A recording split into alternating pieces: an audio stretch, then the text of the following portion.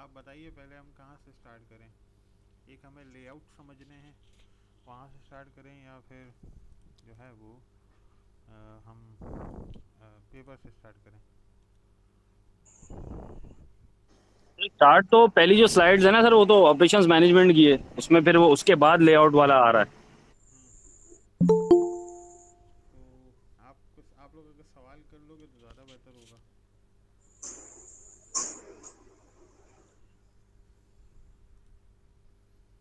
सवाल sir paper का बताते, पेपर में क्या क्या सवाल आएंगे? अच्छा जी। चलो पेपर का पैटर्न पहले समझ लेते हैं। पेपर में 3 सवाल हैं टोटल, हाँ। 10-10 मार्क्स ईच। और पहले सवाल में जो है वो गलती से 6 क्वेश्चन प्रिंट हो गए हैं, और उसमें से एक क्वेश्चन रिपीट हो रहा है, मतलब तीसरा चौथा या फिर छठा, ऐसा कोई 2 क्वेश्चन है जो रिपीट हो रहे हैं। तो पेपर में बेवकूफ़ाना सवाल करने की ज़रूरत नहीं है कि रिपीट हो रहा है इसको काट दें। बिल्कुल काट दें। 10 नंबर का सवाल है और 5 उसमें आप सवाल पूछें तो 2 नंबर ईच। ठीक है, ये है थ्योरी के सवाल। दूसरा सवाल जो है उसमें एक बॉटल नेक का न्यूमेरिकल है, और शायद एक आध और उसमें थ्योरी का क्वेश्चन है।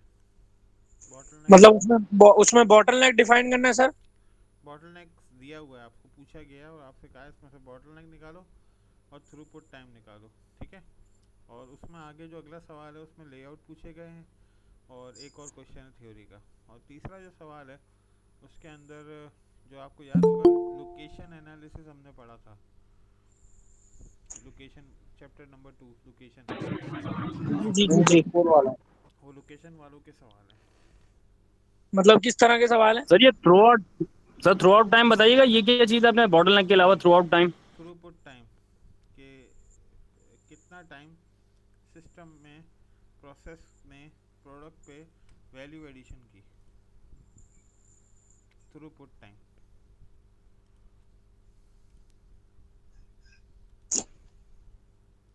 आपको याद है थ्रूपुट टाइम? नहीं सर, बॉटल नेक वाला न्यूमेरिकल तो याद है, थ्रूपुट टाइम नई टर्मिनोलॉजी थी तो उस वजह से थोड़ा कंफ्यूज है, पर समझ आ गई है। जो पूरा मैं प्रोसेस का टाइम है वो बताना है ना कि नहीं नहीं, वैल्यू एडिशन कितनी हो रही है। वैल्यू एडिटेड प्रोसेस का टाइम तो पूरा है। जैसे कि फॉर एग्जांपल आप लोग अपनी यूनिवर्सिटी के अंदर थ्योरेटिकली 3.5 साल गुजारते हैं, बट उसमें से क्लासेस जो है वो शायद 1 साल होती हैं। तो प्रोसेस टाइम होगा 3.5, थ्रूपुट टाइम होगा 1 साल। जितना टाइम सिस्टम राइट, पे काम डन हो हुआ गया। ना, वो काम हुआ हुआ टाइम, जो वैल्यू एडिट टाइम है, वो थ्रूपुट टाइम कहलाएगा। तो सर उसमें लीड टाइम काउंट नहीं होगा, और उसमें उसका जो मूवमेंट के इंटरनली मूवमेंट है वो काउंट नहीं होगी ना? नहीं, जिसमें से वैल्यू ऐड हुआ मशीन पे, आपने फैक्ट्री में सामान एंटर किया, वो सामान उठ के ऑपरेशन डिपार्टमेंट में गया, वहाँ पे मशीन पे लोड हुआ। जब मशीन पे लोड हुआ और अनलोड हुआ ना, वो टाइम थ्रूपुट टाइम है बस। तो हमें उसमें बताना क्या है सर? यही यही ढूंढ के अच्छा सर, बताना है। दूसरी एक बात और ये कि जो बॉटल नेक है, जैसे अब हमने कुछ कंस्ट्रेंट्स हैं। अब जैसे न्यूमेरिकल तो लेंदी था कि हम पहले एक बॉटल नेक पैकिंग थी, उसको जब हमने उसकी कैपेसिटी इनहेंस कर दी तो फिर कुछ और बॉटल नेक बन गया। तो ये हमने स्टेप बाय स्टेप सारे करके दिखाने कि जब इसकी नहीं कैपेसिटी बढ़ा रहा हूँ नहीं, तो फिर अब ये बॉटल नेक है। उसमें एक सीधा सा सवाल होगा कि इसमें से बॉटल नेक आइडेंटिफाई कर लें। अच्छा, बॉटल नेक आइडेंटिफाई करना है हाँ, और बॉटल रीजन बताना होगा। रीज़न नहीं पूछा, सिर्फ बॉटल नेक पूछा है। ठीक है सर, ठीक है। जी सिद्दीकी साहब। अच्छा सर, एक चीज़ और मुझे पूछनी थी। जैसे थ्रूपुट टाइम था, तो अब मिसाल के तौर पे जो आपने जिस चार्ट को सामने रखते हुए हमें बॉटल नेक समझाया था, हम्म तो उसमें हर चीज़ की प्रोसेसिंग टाइम दिया हुआ था हम्म कि यहाँ पे जो है 15 मिनट जो है वो इतने यूनिट्स बनाने में लग रहे हैं, 15 मिनट इतने यूनिट बनाने में लग रहे हैं।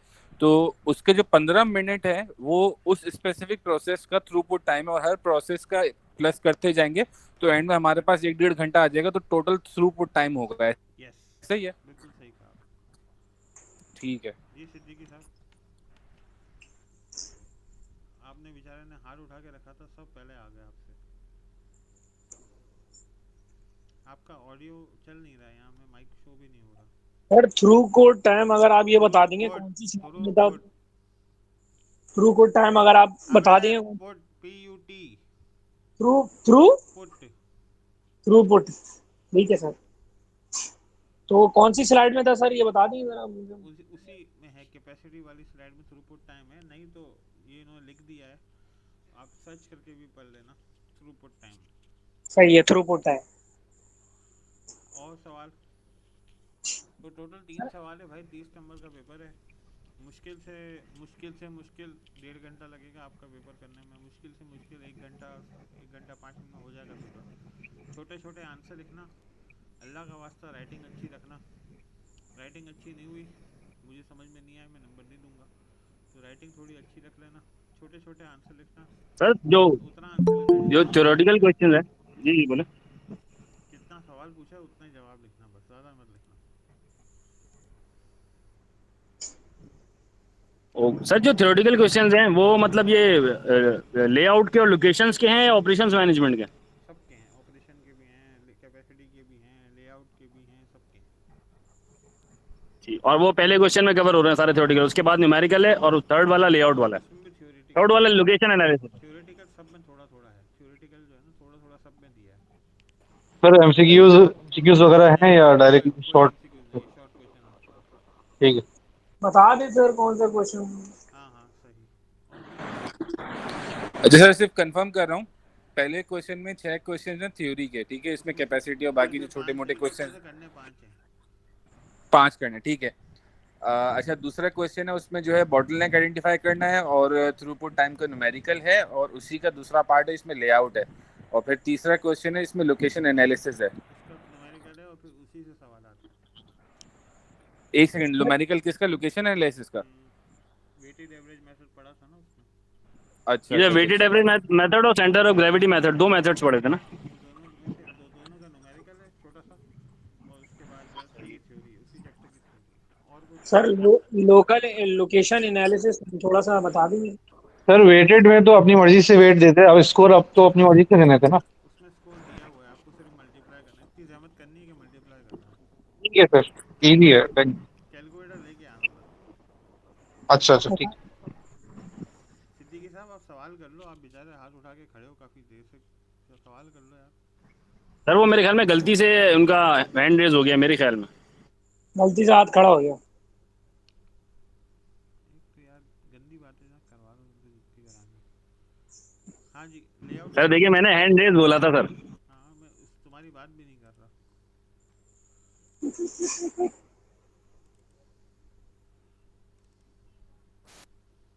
अच्छा, और कोई सवाल है भाई आप लोगों का? आपकी तबीयत कैसी है सर? अल्लाह का एहसान है, अल्लाह का शुक्र है, अभी बेहतर हूँ। अच्छा लेआउट समझने थे। सिर्फ ये लेआउट वाली ऐसी स्लाइड है जो हमने डिस्कस नहीं की पूरी, सिर्फ हमने स्टार्ट की थी, तो हम उसको क्लास में बहुत और डिटेल्स तरीके से समझ लेंगे, लेकिन मैं आपको थोड़ा सा फास्ट ट्रैक में समझा देता हूँ।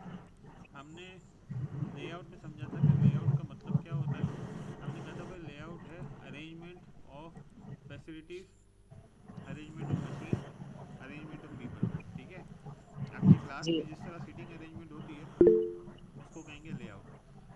आप जहाँ कैफ़े में जाते हैं वहाँ किचन होता है, डाइनिंग एरिया होता है, काउंटर होता है, उसको कहते हैं लेआउट, कि आपने कौन सी चीज़ कहाँ रखनी है। और लेआउट का पर्पस क्या होता है?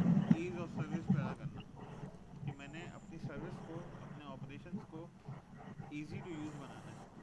आप लोगों को अगर याद हो तो जो हमने सबसे पहले वीडियो देखी थी, शेफ़ था शेफ़, वो शेफ़ कहता है कि यार मेरे पास जो है ना जगह बहुत लिमिटेड है, इसकी वजह से मैंने अपना मेन्यू बड़ा रिफाइन किया हुआ है। आप लोगों को याद है?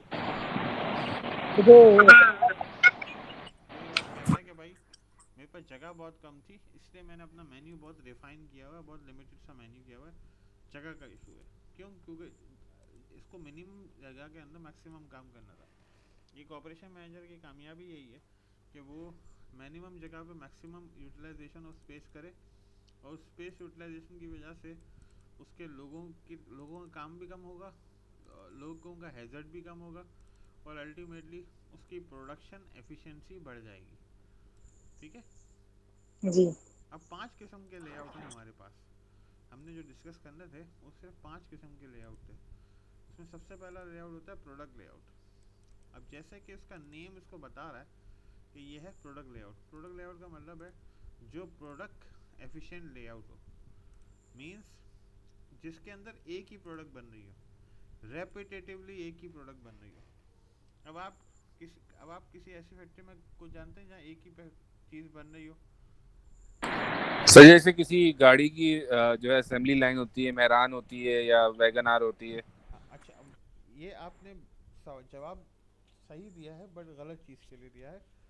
गाड़ी की जो असेंबली लाइन होती है ना, वो प्रोडक्ट नहीं, प्रोसेस लेआउट होती है। रीज़न, वो एक असेंबली लाइन पे वैगनार भी बन रही है, मेहरान भी मल्टी। बन रही है, ऑल्टो भी जैसे बन रही है। शूज की एक फैक्ट्री है, वो प्रोडक्शन में जो शूज बना रही होती है, हाँ, और वो हो सकता है ना। वो हो सकता है। शुगर केन फैक्ट्री है, अगर कोई जो शुगर केन से चीनी बना रही है, वो एक ही काम कर रही है, ठीक है। अगर टैंक की फैक्ट्री की बात करें, जो टैंक है, टैंक एज प्रोडक्ट, वो प्रोडक्ट लेआउट है। क्यों? एक ही प्रोडक्ट बन रहा है। हाँ, डिफरेंट एसकेयूज बना रहा है, प्रोडक्ट एक ही है। मतलब टैंक ही मिक्स हो रहा है, टैंक ही पैक हो रहा है, टैंक ही डिस्ट्रीब्यूट हो रहा है। टैंक की फैक्ट्री में वो ग्लूकोज नहीं पैक कर रहे, ठीक है। तो एक ही प्रोडक्ट। एक ही प्रोडक्ट बनेगा, रेपिटेटिव प्रोसेस होगा, मतलब बार बार वही प्रोसेस रिपीट हो रहा होगा, और अल्टीमेटली जो फाइनल जो हम निकाल रहे होंगे ना, फाइनल चीज़, वो एक प्रोडक्ट होगा। प्रोडक्ट चेंज नहीं करेंगे। मतलब अगर शूज़ की फैक्ट्री है तो वो एक ही शूज़ बना रही है, मल्टीपल शूज़ नहीं बना रही। हाँ, साइजेस डिफरेंट है तो एसक्यू डिफरेंट सर हो गया उसमें ये बाकी। कह सकते हैं कि मतलब वो लाइन होगी, उसकी कैपेसिटी नहीं है कि और कोई प्रोडक्ट बना सके। मतलब जैसे फॉर एग्जाम्पल अगर अपनी कंपनी की मिसाल दूं, कैपेसिटी नहीं, कि एक लाइन पे कपकेक बन सकता है, कैपेसिटी वो नहीं डिजाइन ही नहीं हो सकता कि उसको और केक बने। कैपेसिटी नहीं। वो जो फैक्ट्रीज है ना, ये ऐसी फैक्ट्रीज जो प्रोडक्ट लेआउट पे डिपेंडेंट होती हैं, वो पूरी फैक्ट्री डिज़ाइन ही एक प्रोडक्ट बनाने के लिए होती है। मतलब उसका काम ही एक प्रोडक्ट बनाना होता है, वो कोई और प्रोडक्ट बनाती ही नहीं है। इसीलिए स्पेशलाइज्ड फैक्ट्रीज होती हैं ये। मतलब वो एक ही प्रोडक्ट बनाने के स्पेशलाइज्ड है, उनको दूसरा कोई प्रोडक्ट बनाना ही नहीं है। अगर एक ही फैक्ट्री में मल्टीपल प्रोडक्ट्स बन रहे हैं ना, तो वो प्रोसेस लेआउट है, प्रोडक्ट लेआउट नहीं। अब आपकी हिराल की फैक्ट्री है ना, उसको प्रोसेस लेआउट कहेंगे। क्यों? क्योंकि वहाँ एक ही जगह पे मल्टीपल चीज़ें एक वक्त में बन रही हैं। तो सही सही सही। हर चीज़ हर प्रोसेस से होके गुजरे ज़रूरी नहीं है। जिस प्रोसेस से कपकेक गुजरेगा, उस प्रोसेस से फॉर एग्जांपल कोई और प्रोडक्ट नहीं गुजरेगा। जिस प्रोसेस से कोई और प्रोडक्ट गुजरेगा, उससे कपकेक नहीं गुजरेगा। वो है प्रोसेस लेआउट, ठीक है। तो जी सर, क्लियर। हम क्या कहेंगे? सिंगल यूनिट स्पेशलाइज्ड सही है, समझ डिलीवरी, गए जी, समझ गए। Single unit specialised delivery, product layout, ठीक है। एक यूनिट एक प्रोडक्ट बनाएगा, स्पेशलाइज हो जाएगा उस प्रोडक्ट में, तो वो कहलाएगा प्रोडक्ट लेआउट, ठीक है। अब जी सर। मल्टीपल प्रोडक्ट लेआउट्स को, मतलब एक प्रोडक्ट लेआउट है, दूसरा प्रोडक्ट लेआउट है, तीसरा प्रोडक्ट लेआउट है, चौथा प्रोडक्ट लेआउट है। एक फैक्ट्री है, उसमें मोबाइल बन रहा है एक जगह पे, एक जगह पे उसकी स्क्रीन बन रही है, एक जगह पे उसकी हैंड फ्री बन रही है, एक जगह पे उसके चार्जर बन रहा है। सही है। मल्टीपल मल्टीपल प्रोडक्ट लेआउट एक फैक्ट्री के अंदर सर, बन ये रहा है। आपने हिलाल की एग्जांपल दी है, वो आ सकती है ना इसमें? कौन सी एग्जांपल? हिलाल हिलाल की अभी जो आप कह रहे थे। वो प्रोसेस लेआउट में आएगी, जब वो आएगी ना अच्छा, मैं बताता हूँ। ठीक है। आप मोबाइल फ़ोन गए, आपने कहा भाई एक जगह पे मेरे पास मोबाइल फ़ोन का स्क्रीन बन रहा है, एक जगह पे मेरे पास मोबाइल फ़ोन असेंबल हो रहा है, एक जगह पे मेरे पास उसका चार्जर बन रहा है, एक जगह पे जो है उसकी हैंड फ्री बन रही है, एक ही फैक्ट्री में। एक ही फैक्ट्री में। अब इस लेआउट की खासियत ये है, इसमें हर जगह, मतलब हर प्रोडक्ट अपने नेचर में यूनिक भी है।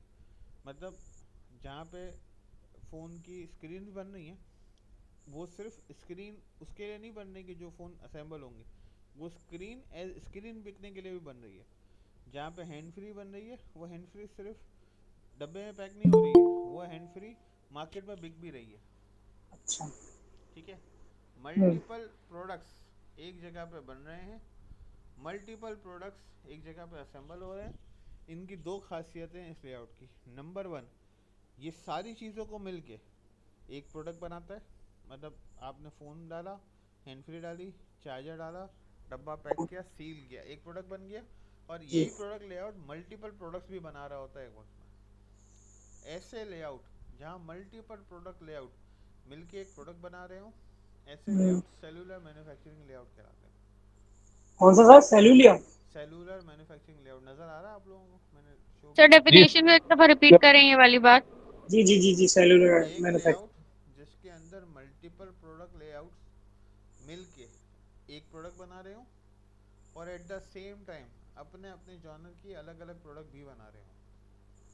ऐसे लेआउट सेलुलर मैन्युफैक्चरिंग लेआउट कहलाते हैं। सर इसकी एग्जांपल अगर दें तो जैसे जूते की फैक्ट्री की एग्जांपल थी, तो एक मशीन लाइन, एक असेंबली है जो जूता बना रही है, एक असेंबली लाइन है जो उसके अंदर रखने वाला फोम बना रही है, एक असेंबली लाइन है जो उसका गत्ता बना रही है। तो तीनों अपने अंदर जो है प्रोडक्ट लेआउट्स हैं, लेकिन क्योंकि वो मल्टीपल प्रोडक्ट्स बना रहे हैं तो वो इटसेल्फ एक सेलुलर मैन्युफैक्चरिंग लेआउट भी होगा, ऐसा ही है। बिल्कुल, लेकिन इसमें ये ज़रूरी है कि वो जो गत्ता है और वो जो फोम है वो फैक्ट्री अलग से बेचने के लिए भी बना रही हो।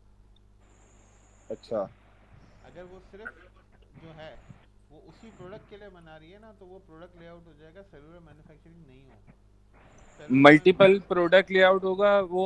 मल्टीपल प्रोडक्ट लेआउट होगा, उसको प्रोडक्ट लेआउट प्रोडक्ट बोलते सेल हैं। कर सकते हैं अल्टीमेटली अल्टीमेटली उसको। एक ही प्रोडक्ट बन रही है ना, कंफ्यूज नहीं हो।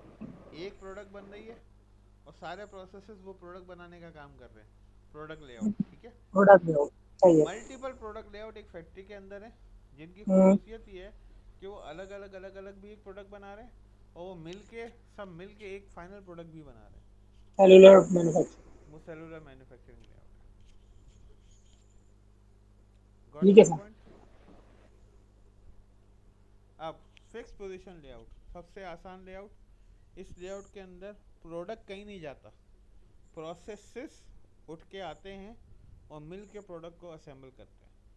इसकी सबसे आसान एग्जांपल कंस्ट्रक्शन इंडस्ट्री। आपने ज़मीन खरीद ली, अब ज़मीन नहीं हिलती, सिविल वाला वहाँ पे आके काम करेगा, इलेक्ट्रिशियन वहाँ पे आके काम करेगा, कलर वाला वहाँ पे आके काम करेगा, फर्नीचर वाला वहाँ पे आके काम करेगा, और सब ये सब मिल के एक प्रोडक्ट खड़ी करेंगे। एक ऐसा लेआउट जिसके अंदर प्रोडक्ट नहीं हिलता, प्रोडक्ट फिक्स होता है, प्रोसेस अपने आप प्रोसेसेस उठ के अपनी जगह से प्रोडक्ट तक आते हैं, ऐसा लेआउट फिक्स पोजीशन लेआउट कहलाता है। सर इसके दोबारा समझा देंगे ये? इसके आसान एग्जांपल है एयरक्राफ्ट असेंबली। जब एयरक्राफ्ट असेंबली हो रही होती है तो एयरक्राफ्ट का एक जगह स्ट्रक्चर बनाया जाता है, और फिर सारे प्रोसेसेस, वेल्डिंग, कलर, फिनिशिंग, ये सब उठ के आते हैं, और वहाँ पे आके जहाँ पे इसका एयरक्राफ्ट असेंबल हो रहा होता है वहीं आके काम करते हैं। ऐसा सर पानी लेआउट फिक्स पोजीशन इसमें आ लेआउट जाएगा, कहलाता फिक्स एसेट जितने भी है बिल्डिंग्स ये सारी आ जाएंगी इसमें। है। जितने भी फिक्स एसेट्स बनते हैं वो सारे के सारे फिक्स पोजीशन लेआउट में आ जाए। एक ऐसा गॉट इट सर। लेआउट जिसमें प्रोडक्ट नहीं हिलता, अच्छा सर, प्रोसेस उठ इसमें के प्रोडक्ट पे काम करते हैं।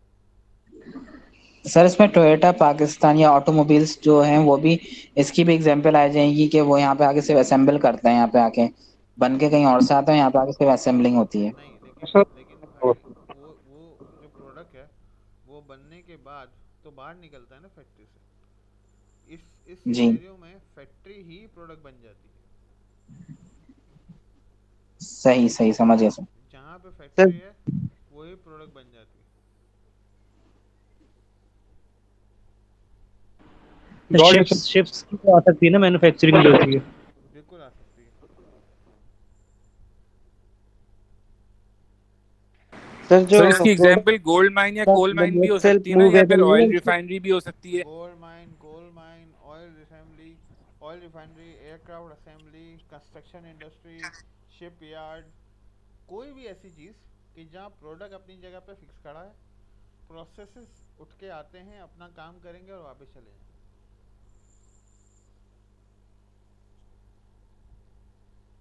प्रोडक्ट अपनी जगह फिक्स खड़ा रहेगा, प्रोडक्ट नहीं हिलेगा। ठीक है सर। ठीक है। अब आता है प्रोसेस लेआउट। एक फैक्ट्री है, उस फैक्ट्री के अंदर मल्टीपल प्रोसेसेस हैं, और वो एक फैक्ट्री मल्टीपल प्रोडक्ट्स बनाएगी। ऐसा लेआउट प्रोसेस लेआउट होता है। अब इसकी एग्जांपल ना मैं एक आसान तरीके से समझाता हूँ, समझ में आती है। एक फैक्ट्री है जो सिर्फ जीन्स की पैंटें बना रही है, सिर्फ जीन्स की पैंटें बना रही है। उसमें जीन्स का कपड़ा रिसीव होगा, कटिंग होगी, स्टिचिंग होगी, फिनिशिंग होगी, पैकिंग होगी, डिस्पैच होगा। ठीक है। जीन्स का कपड़ा आया, कट हुआ, स्टिच हुआ, पैक हुआ, डिस्पैच हुआ, ये प्रोडक्ट लेआउट है।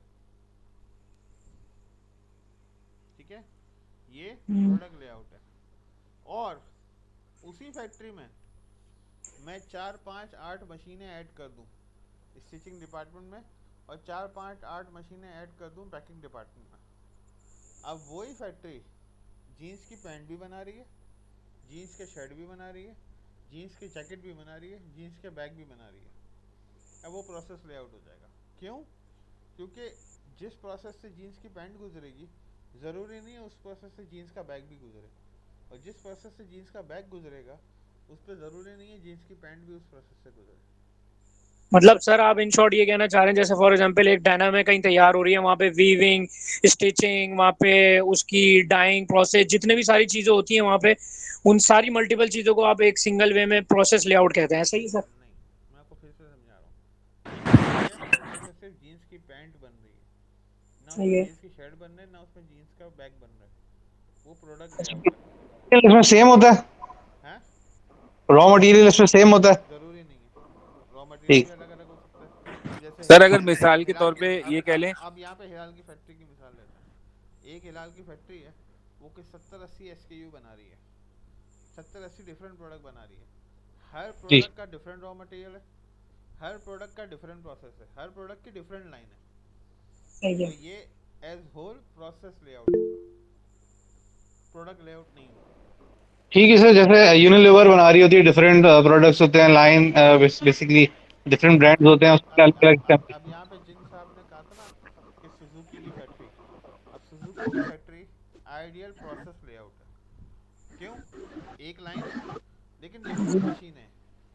वैगनार असेंबल करने की मशीनें अलग हैं, ऑल्टो असेंबल करने की मशीनें अलग हैं।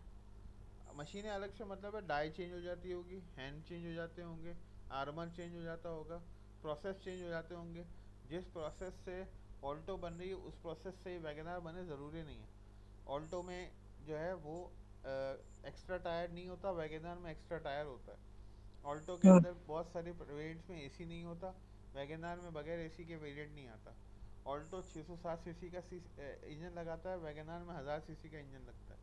तो प्रोसेस दिखने में सेम होता है, इन रियल प्रोसेस में चेंजेस होती हैं। तो ये सर समझ फार्मा ये फार्मा समझिए कंपनीज की भी मिसाल आ जाएगी ना हर इसमें? हर मल्टी मैन्युफैक्चरिंग यूनिट, हर मल्टी मैन्युफैक्चरिंग यूनिट जिस यूनिट के अंदर मल्टीपल प्रोडक्ट्स बन रहे हैं वो प्रोसेस लेआउट है। यूनिलीवर की दादाबाई फैक्ट्री जहाँ सर्फ एक्सेल बन रहा है वो प्रोडक्ट लेआउट है, और यूनिलीवर की कोई और फैक्ट्री जहाँ पे बहुत सारे प्रोडक्ट बन रहे हैं वो प्रोसेस लेआउट है। सही है सर, समझ में आ गया। सर सर इसको अगर ऐसे समझें कि मिसाल के तौर पे जैसे अपने भी गाड़ी की असेंबली लाइन की बात करी, अगर एक फैक्ट्री है, वो उसके पास सिर्फ एक असेंबली लाइन है और उस असेंबली लाइन पे वो सिर्फ और सिर्फ मेहरान बना रही है, या ये कह लें दो असेंबली लाइन है, लेकिन मेहरान की असेंबली लाइन में जो है वैगनार नहीं बन रही और वैगनार की असेंबली लाइन में मेहरान नहीं बन रही, ठीक है? तो ये मल्टीपल प्रोडक्ट लेआउट हो गया। अगर सिर्फ वो मेहरान बना रही है तो प्रोडक्ट लेआउट है, लेकिन अगर उस मेहरान की असेंबली के अंदर वैगनार भी बन रही तो ये प्रोसेस लेआउट में कन्वर्ट हो जाएगा। Yes, okay, clear. क्लियर। जी सर। अच्छा जी, अब यही प्रोसेस लेआउट उठाते हैं, यही प्रोसेस लेआउट उठाते हैं और इसमें से प्रोडक्ट हटा देते हैं। यही सही है। प्रोसेस लेआउट उठाया, इसमें से प्रोडक्ट हटा दिया, सही ये है। सर्विस फैसिलिटी लेआउट होता है। फॉर एग्जांपल, इसके एग्जांपल समझाता हूँ। आपके कंधे में शदीद दर्द था, अल्लाह आपका मतलब कोई रैंडम आदमी, आपके कंधे में शदीद दर्द है, आप हॉस्पिटल गए, और आपके घर में किसी और के कंधे में भी ऐसा ही दर्द था, आप दोनों हॉस्पिटल में गए। आपके लिए पार्किंग एरिया सेम है, आपके लिए एडमिन ब्लॉक सेम है, आपके लिए इनिशियल चेकअप रूम सेम है, लेकिन आपका इनिशियल चेकअप हुआ और आपको कहा गया कि यार आप ऑर्थो के पास जाएं। दूसरे का इनिशियल चेकअप हुआ, उसको बोला भाई तुम जाओ पहले अपना हार्ट का टेस्ट करा के आओ। आप दोनों एंटर एक जगह से हुए, आप ऑर्थो के पास गए, ऑर्थो ने बोला यार फिजियो करा लो, आप फिजियो के पास गए, फिजियो कराने के बाद आपको दवाएं लिखी और आप बाहर आ गए। लेकिन दूसरा बंदा जो गया था वो पहले गया कार्डियो डिपार्टमेंट में, कार्डियो डिपार्टमेंट ने उसको टेस्ट करवाया, टेस्ट करवा के पता चला उसको हार्ट अटैक हो गया था। हार्ट अटैक के बाद उसको ऑपरेशन थिएटर ले गए, उसको स्टंट डाला, स्टंट डालने के बाद 2 दिन रखा, 2 दिन रखने के बाद उसको दवाएं दी और बाहर निकाला। प्रोसेस लेआउट है दोनों। मतलब दर्द जानने के बाद सामने को जानने के बाद आपको नहीं, डिस्क्राइब करना। आसान तरीका, आसान जबान में कि आप एक अलग प्रोडक्ट की तरह ट्रीट हुए, वो एक अलग प्रोडक्ट की तरह ट्रीट हुआ, लेकिन आप दोनों में से कोई प्रोडक्ट नहीं था, आप दोनों को दी गई सर्विस। तो प्रोसेस लेआउट जो कि सर्विस इंडस्ट्री में अप्लाई होते हैं उसको सर्विस फैसिलिटी लेआउट कहते हैं। सर इसको ज्यादा आसान अल्फाज में अगर हॉस्पिटल, बताएं ना तो बैंक, ये स्कूल, ये यूनिवर्सिटीज, कैंटीन, डाइनिंग, मतलब रेस्टोरेंट, ये सब सर्विस फैसिलिटी लेआउट। मतलब इसको एंट्रेंस अलग है, एग्जिट अलग है। नहीं, असल में जो सर्विस फैसिलिटी लेआउट होता है उसका फोकस होता है कस्टमर के लिए ईज क्रिएट करना। अब मिसाल के तौर पे, अब जब बंदा हॉस्पिटल जाता है तो बिलिंग डिपार्टमेंट 4 किलोमीटर आगे होता है, ओटी जो है 6 किलोमीटर पीछे होता है। आप थोड़ा सा कंफ्यूज कर रहे हो। आसान अल्फाज में एक प्रोसेस लेआउट है जिसमें प्रोडक्ट नहीं घूम रही, प्रोसेस लेआउट है जिसमें प्रोडक्ट नहीं बन रही, जो सर्विस देने के लिए बनाया गया, उसको सर्विस फैसिलिटी लेआउट कहते हैं। अब आप हॉस्पिटल तो है ना, एक रोज हजारों लोग हॉस्पिटल में आ रहे हैं, कुछ टेस्ट करवाने आ रहे हैं, कुछ टेस्ट के रिजल्ट लेने आ रहे हैं, कुछ प्यारों को एडमिट करवाने आ रहे हैं, कुछ प्यारे वापस लेने आ रहे हैं, कुछ प्यारों की कफन ले रहे हैं, मतलब प्यारों की लाशें लेने आ रहे हैं। सब आ रहे हैं और जा रहे हैं, लेकिन हर बंदा एंटर एक जगह से हो रहा है, एग्जिट एक जगह से हो रहा है, लेकिन हर कोई अलग अलग प्रोसेस से होके गुजर रहा है। सर इसकी कोई अच्छी सी एग्जांपल तो दे दें सर। हॉस्पिटल, बैंक, कंपनीज आ जाएंगी। बैंक सबसे आसान एग्जांपल, बैंक एंटर सब एक जगह से हो रहे हैं, एक जी बंदा जी। एंटर हुआ है, वो गया डायरेक्ट कैश काउंटर पे कैश निकालने के लिए, एक बंदा एंटर हुआ वो गया डायरेक्ट ब्रांच मैनेजर के पास अपना मसला सॉल्व करने के लिए, एक बंदा एंटर हुआ वो गया डायरेक्ट सर्विस डिपार्टमेंट में नया अकाउंट खुलवाने के लिए। हर किसी का प्रोसेस चेंज, हर किसी का प्रोसेस टाइम चेंज, लेकिन एंटर एक जगह से हो रहे हैं, एग्जिट एक जगह से हो रहे हैं, और एक ही एरिया है कि जहाँ फैसिलिटी मिल रही है। ऐसा नहीं है कि बैंक में आपको बोलते हैं कि यार एक काम करो, हमारे पास 5,000 की खुलने नहीं है, बराबर वाले से ले आओ। वो सारी सर्विसेज उसी छत के नीचे आपको मिल रही है, चाहे आपको अकाउंट खुलवाना है, चाहे अकाउंट बंद करवाना है, चाहे चेक कैश करवाना है, चाहे कैश डिपॉजिट करवाना है, चाहे कोई भी इंटरबैंक ट्रांजेक्शन करनी है, चाहे कोई लोकल ट्रांजेक्शन करनी है। तो सर इसको अगर हम लोग पेपर में लिखते हैं कि भाई सर्विस फैसिलिटी लेआउट है, it's similar to process layout but without a product where customer goes to different comes in from the same door and exits from the same door, however within the facility they are going to different places to get their jobs done. Yes, accurate. Okay. जी आसिफ साहब। Sir इसकी service layout की example तो restaurant के इस पे देने easy हो जाएगा थोड़ा। जी, रेस्टोरेंट में रेस्टोरेंट प्रोडक्ट इन्वॉल्व है। प्रोडक्ट इन्वॉल्व है, मैं इसलिए कंफ्यूज हो रहा हूँ इधर। रेस्टोरेंट जो है वो सर्विस फैसिलिटी लेआउट है, बिल्कुल है। Where you find multiple products ना सर। नहीं, लेकिन उधर प्रोडक्ट नहीं घूम रही, सर्विस में प्रोडक्ट मिल रहे हैं। सर्विस मिल रही है, हाँ where you find services, sorry service मिल रही है, प्रोडक्ट नहीं मिल रही, सर्विस सॉरी मिल सर, रही है। आप सर्विस। खाना खाने नहीं, सर्विस लेने जाते हैं। आप हजाम की दुकान पे इस साल तो हजाम की दुकान पे भी जाओगे तो बोलोगे प्रोडक्ट लेआउट है, प्रोडक्ट नहीं, प्रोसेस लेआउट है, सर्विस फैसिलिटी लेआउट है। जी प्रोसेस जी। से गुजर के प्रोडक्ट नहीं बन रहा, प्रोसेस से गुजर के सर्विस मिल रही है। प्रोसेस से गुजर के प्रोडक्ट बनेगा तो प्रोसेस लेआउट, प्रोसेस से गुजर के सर्विस मिलेगी तो service facility layout. But sir लेकिन वहाँ पे सर्विस फैसिलिटी लेआउट है, उसमें कोई टेंजिबल प्रोडक्ट नहीं है, लेकिन रेस्टोरेंट में तो टेंजिबल प्रोडक्ट इंक्लूडेड है। क्यों नहीं है? सर्विस फैसिलिटी लेआउट में आपको एक्सरे, अगर आपका एक्सरे हुआ तो आपको एक्सरे की रिपोर्ट मिलेगी। सर्विस फैसिलिटी लेआउट में अगर आपको दवाइयाँ दी गई तो दवाएं मिलेंगी। देखो सिंपल रखो, एक सर्विस फैसिलिटी लेआउट में जो बंदा एंटर होगा सर्विसेज लेगा और बाहर आ जाएगा।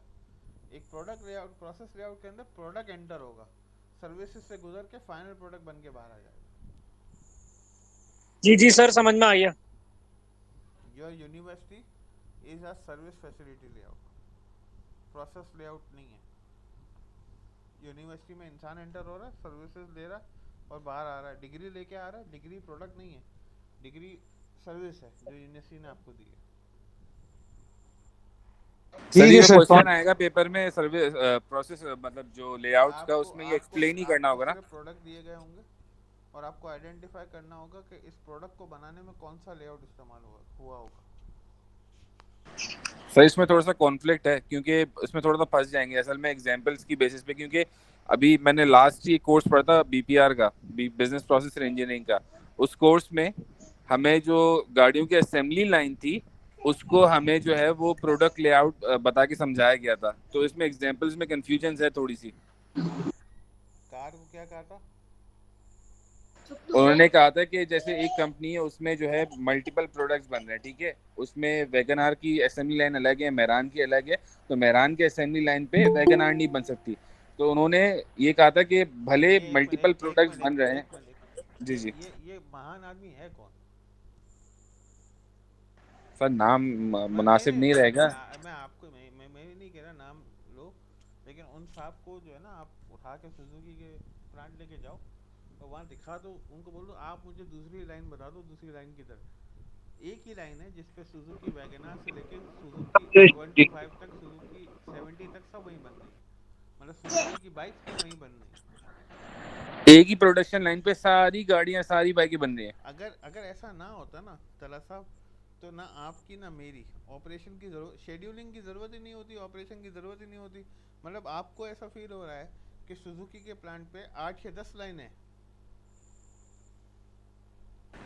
अंडरस्टैंडिंग तो ये डेवलप हुई है सर मेरी नहीं इनिशियली। तो फिर मतलब जैपनीज पागल हैं, उन्होंने क्यों लीन सिक्स सिग्मा इंट्रोड्यूस किया, शेड्यूलिंग, टोयोटा प्रोडक्शन सिस्टम क्यों इंट्रोड्यूस किया, लीन सिक्स सिग्मा क्यों इंट्रोड्यूस किया? टेंशन ही नहीं थी, एक फैक्ट्री डालते, 50 लाइनें डालते, झूले लाल .com चलते। जी सर, मुनासिब है। नहीं ना, इतनी सारी मेहनत, इतना सारा ऑपरेशन सिखाया इसीलिए जा रहा है कि शेड्यूलिंग इंपॉर्टेंट होती है, कि आपने शेड्यूल करना होता है कि मेरी कौन सी प्रोडक्ट कब बनेगी और कौन सी प्रोडक्ट कब नहीं बनेगी। फॉर एग्जांपल मैं, अच्छा अगर ऐसा होता ना तो कभी किसी गाड़ी की शॉर्टेज ही नहीं होती ना। क्यों गाड़ियों की शॉर्टेज होती है कि एक गाड़ी आती है और एक गाड़ी नहीं आती?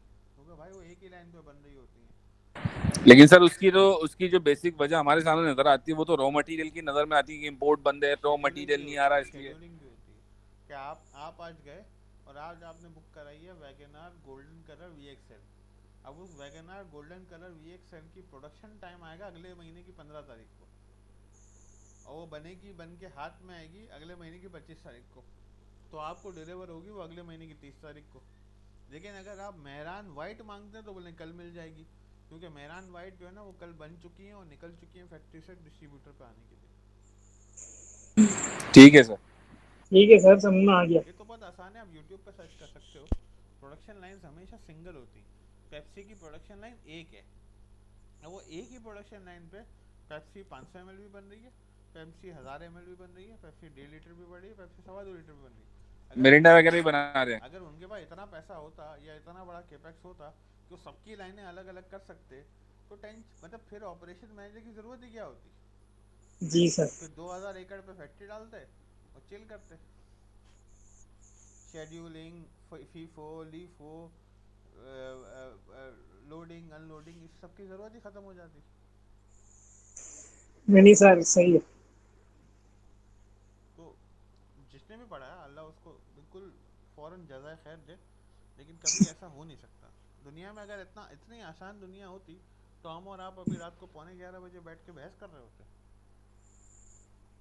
सर डाउट था वो तो क्लियर करना था ना, सही पेपर में तो किया, नंबर आपने बिल्कुल देना। अच्छा किया। तो अब आपका डाउट क्लियर हो गया, अब आपको कार पूछा जाएगा तो आप क्या बताएंगे? Process layout. एक्सीलेंट, एक नंबर, सोते में भी कोई पूछेगा तो उठ के ही बोलना है एक प्रोसेस। एक सवाल का जवाब मिल गया तुम लोगों को, जाओ ऐश करो। बाकी भी थोड़ा सा बता देते तो मुनासिब हो जाता सर। मैं भांडिया हूँ मैं। मतलब मालिक 1 घंटा और मालिक मालिक क्लास हो जाएगी तो मालिक इतना थोड़ा और पैसा सर पता ये चलता। सेल्युलर मैन्युफैक्चरिंग यूनिट और प्रोसेस लेआउट में क्या फर्क है? प्रोसेस लेआउट और सेलुलर मैन्युफैक्चरिंग में सिर्फ एक फ़र्क है कि process layout individually multiple products बना रहा है। सेलुलर मैन्युफैक्चरिंग यूनिट का प्रॉब्लम ये है कि उनसे जो प्रोडक्ट बनेगी ना उन सबको मिला के एक फाइनल प्रोडक्ट बननी चाहिए। Multiple process multiple product layout को जगह किया, मतलब हर लेआउट एक एक प्रोडक्ट बना रहा है, लेकिन इन सबको मिला के एक फाइनल प्रोडक्ट भी बननी चाहिए। Assembly line operation, process layout production unit है। अगर मिसाल दें इसकी कि सेलुलर मैन्युफैक्चरिंग की मिसाल तौर पे एक जी। असेंबली लाइन यूनिट सबसे आसान, अगर डेल का एक असेंबली लाइन यूनिट है, एक जगह मदरबोर्ड बन रही है, एक जगह रैम बन रहा है, एक जगह बॉडी बन रही है। अब ये रैम, मदरबोर्ड और बॉडी बिकने के लिए भी बन रही है लेकिन ये रैम मदरबोर्ड और बॉडी मिला के एक डेल का पीसीबी बन रहा है, तो ये आइडियल प्रोसेस लेआउट है। और इसको फर्दर ऐसे मैंने भी समझ प्रिंट सकते हैं ना कि मिसाल के तौर पे कि भाई एक डेनिम की जीन्स बनाने वाली कंपनी है, वो ट्रिम्स भी बना रही है, जिपर भी बना रही है, बटन भी बना रही है वो और प्रोसेस लेआउट डेनिम भी बना रही है, वो प्रोसेस तो लेआउट वो वो प्रोसेस प्रोसेस लेआउट लेआउट है। हाँ, वो प्रोसेस लेकिन अगर वो उन्हीं प्रोडक्ट्स को मिलाने के बाद एक फाइनल प्रोडक्ट डेनिम जीन्स बना रही है और उसके जो बाकी चीजें वो भी खुद ही बना रही, तो वो सेलुलर सेलुलर मैन्युफैक्चरिंग यूनिट। बिल्कुल एक्सीलेंट। ठीक है और कोई सवाल? हो गए सारे लेआउट्स हो गए। सर, हाँ पहले पहले पहले क्वेश्चन में थोड़ा सा फंस रहे हैं, 6 सवाल हैं, थोड़ा सा बता दें कुछ 6 नहीं है, कैपेसिटी 5 है। पांच करने है तो पांच। तीसरा सवाल करने रिपीट, 5 है। तीसरा छठे पे रिपीट होगा, तो अब छठा अपने अपने साफ सुथरे हाथों से काट लीजिएगा। सर आप क्लियर हो गए, मतलब तीसरा छठे पे रिपीट होगा, मतलब आपने पेपर अपने सामने खोल लिया है। जी जी, खुला हुआ ही था, मैं जवाब देने तो, से तो, पहले तो खोल लिया था। थोड़ा सा वो शुरू के जो पहले क्वेश्चन में 5 मैं आपको क्वेश्चन है व्हाट्सएप वो थोड़ा सेंड कर मैं दूँ। आपको बहुत आसान से तरीका बता देता हूँ। मैं आप लोगों के दर्द को बहुत अच्छे से समझता हूँ। सैटरडे के दिन कितने बजे पेपर है? वही साढ़े वही 6:30 बजे। 6:30 बजे। 6:30 बजे पेपर है ना। 3:30 बजे से पहले ना किसी चीज़ को हाथ नहीं लगाना। ये रिकॉर्डिंग दे रहा हूँ, ये रिकॉर्डिंग देख लेना। 3:30 बजे से पहले किसी चीज़ को हाथ नहीं लगाना। 3:30 बजे 3 लोग मिलके बैठना, एक के पास लैपटॉप, एक के पास नोट्स और एक के पास अकल होगी। 1 घंटा सिर्फ स्लाइड्स पढ़ लेना, सिर्फ स्लाइड्स पढ़ लेना, और अगर कुछ लिखा है तो वो पढ़ लेना, और अपना दिमाग और कैलकुलेटर लेके आ जाना।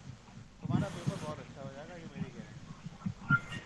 यू जस्ट वो नीड जो टू 3 बंदे बैठने हैं, लैपटॉप और नोट्स वाला तो है हमारे पास, अकल वाला बंदा नहीं यू है। जस्ट नीड टू गिव 1 और 1.5 आवर मैक्स, बस। कैलकुलेटर क्यों? वेरी गुड, बहुत अच्छा सवाल किया आपने। अपनी अपनी जो है ना कैलकुलेट करने के लिए कि कितने नंबर से पास हो रही हो तुम।